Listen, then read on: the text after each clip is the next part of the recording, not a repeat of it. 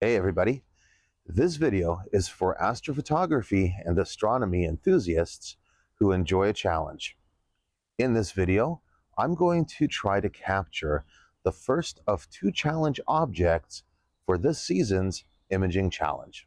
If you're up for a challenge, then stick around till the end of this video where I'm going to give you some details on how you can participate. I'm standing here in beautiful Pinery Park in Ontario, Canada. And I hope that the clouds behind me are going to clear by tonight, because I am going to attempt to capture the first of our summer challenge objects. This is SH227. It is a massive expanse of hydrogen alpha nebulosity right next to the Milky Way core.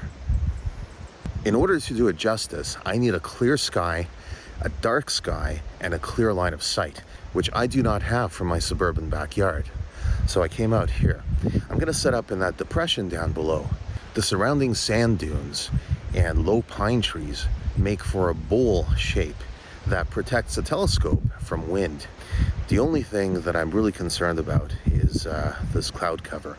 Now the forecast, the advanced forecast on Astrospheric, shows that most of this should be cleared up.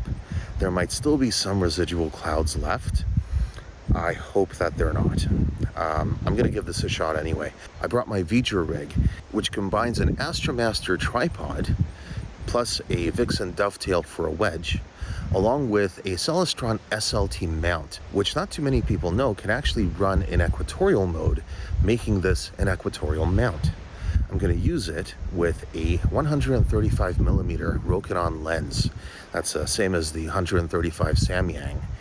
And I'm going to try to capture as much of this nebula as possible. I'm not going to do a mosaic, although I suppose I could try that as well. For tonight, I'm going to aim the telescope at the center, and, well, we'll see how much of the nebula we get. I also brought my bigger camera, the ZWO ASI2600MC Pro.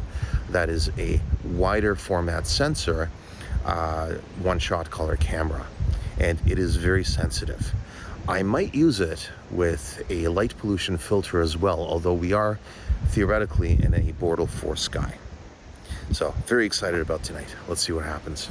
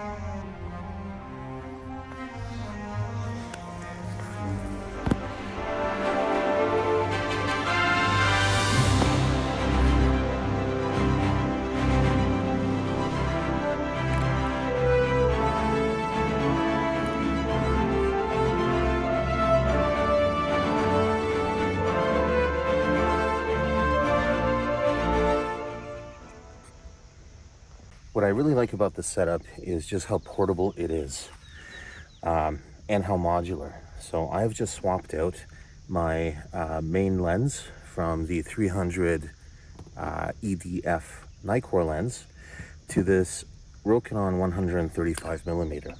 And the only other thing I needed to do was to swap the guide scope from the other mount, from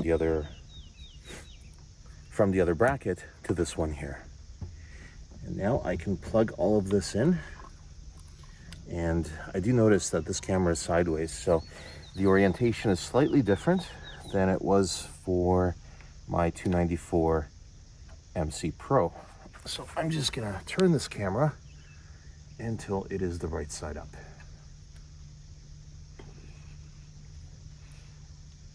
There we go, perfect.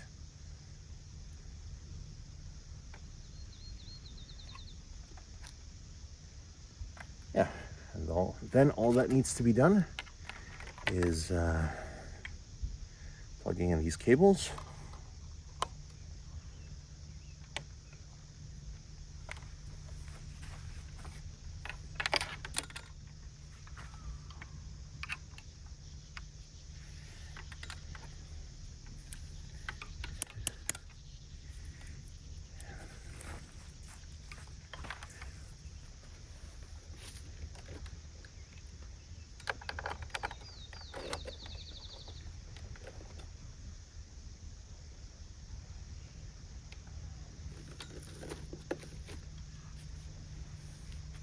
Now, I think this goes without saying, but as astronomers and astrophotographers, we are all lovers of nature. When you're out in an environment like this, please don't go out into the brush. Do not disturb nature more than you have to. I picked this spot because it is actually on a pretty well established walking path. There's a path that leads from some of these campsites down here onto the beach. So this is a place that I have frequented whenever I've been up here. These are sand dunes. They are ecologically fragile, and you certainly would not want to be walking around and disturbing these sand dunes in a way that would damage them. So please keep that in mind as you're doing your astrophotography and your astronomy adventures. Be mindful of nature. The clouds have parted. I have the moon up over there, and I think it's on its way down, so it's not going to be up all night, which is good. And now I'm trying to polar align the mount.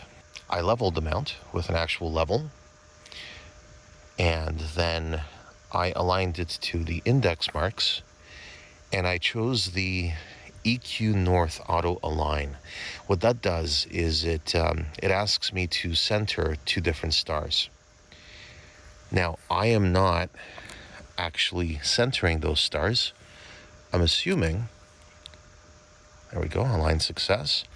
I am assuming that because the mount is level and properly oriented, I actually use the red dot finder to align on Polaris, which puts it really close to where it ought to be. By having the mount go through the motions, it picks up the pointing model. But in terms of the exact position, I'm actually going to rely on plate solving, which skips quite a few steps and gets me to imaging faster. So I've already powered on my mini PC. I have everything plugged into a little 300-watt Jackery down there. I have a little touch screen and a USB keyboard as well. And I forgot to bring any kind of a little table, which is going to suck tonight because the ground is sand. But this shouldn't take too long. All I'm going to do, now that the alignment process is complete, is I'm going to connect the software. So it's going to be the generic Celestron driver along with PhD2 and Astrophotography tool. I'm going to pick up the pointing coordinates from the telescope mount to Astrophotography tool. I'm going to do a quick focus and then I'm going to do plate solving. So let me go through those motions quickly, and when I get to plate solving, I'll resume the video. I have done my plate solving, and I'm actually refining my focus. Oh, look at that. I probably should have canceled at this point. I'm using plate solving to zero in on Vega because it's very bright, and I can live view it and manually adjust my focus. There's my live view. Nice. And I'm going to bring up Tools, Magnifier. Here's my magnifier. Oh, so here's satellites moving across the field of view now. That's neat. Yeah, so I've got my cooling aid happening here. I'm already at -5 degrees. And let's take this here, magnifier, and magnify Vega. There's Vega. Gonna do 10 times magnification. Perfect. And I'm gonna reduce this down to ½ a second, which I need the keyboard for. All right, once I have it down to ½ a second, I'm just gonna play around with the focus, going back and forth until that star is as small as it's going to be. Yeah, and there we are. So I really tightened up on Vega. That is really, really good focus, I think. And I think I'm good to go. And to point this at sharpless 227. But before I do, and maybe as I do, the first thing I'm going to do is I'm going to take some flat frames. That's going to take me a little while, and while that's happening, I'm going to get a chance to, well, go back to the campsite and grab some water and maybe something to put all of these things on so they're not lying in the sand. I almost forgot to mention, I am doing a drift alignment to make sure that I'm somewhat in the ballpark. Again, at 135 millimeters, I don't have to be exact here. And yeah, drift alignment, it's not great, but it's not bad. I'm going to keep this. I'm not going to touch the mount. I think we're okay for tonight.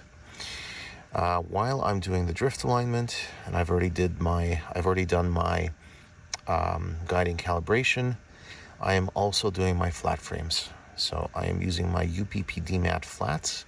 I can't shine a light on this right now because that would ruin the flats. But I am taking at least 10 of them, which will be 30 minutes of flats. These are combined flat. They're not really combined flat darks. They don't replace the darks, but they're flats that are taken at the same duration and the same exposure. So same gain and exposure, so duration and gain, as I'm going to be doing my light frames later. While my flats were shooting, I went back to the campsite and I got the coordinates for ZWO ASI, or apparently it's pronounced Ophiuchi. I always thought it was Ophiuchi because that's how I heard it pronounced, so who knows. But I got the coordinates, I punched them into plate solving, I lined up on the target, and the clouds started to roll through. Now, because this is such a large target, clouds anywhere within the vicinity are going to show, and that's what I'm seeing in the couple of frames that I've reviewed so far. But what is promising is through the clouds, or once you cycle through a couple of the frames, you can start to see structure that isn't moving clouds, that is part of the nebula of SH227. My Nikon wide field is clicking away, documenting what's happening to the rig and to the sky. I know I'm on target. The equipment is working perfectly, unlike the last time I was out at the dark sky. Where was that? Right, Torrance Barrens, where everything went wrong. So this time I remembered to set the calibration step properly, my guiding calibrated properly. There's something else I almost forgot to do. What was it? It was a big one. Yeah, no, it escapes me now. But I went through all the steps that I needed to, and I am imaging.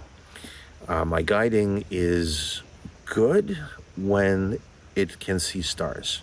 When it can't see stars, well, I'm hoping that the tracking will be good enough that when the stars reappear again, the guiding will be able to pick up. So all I can do now is hope for the best. I'm gonna go get some shut-eye, and I'm gonna come back up here in the morning, or maybe in about 4 hours, and see what I've got.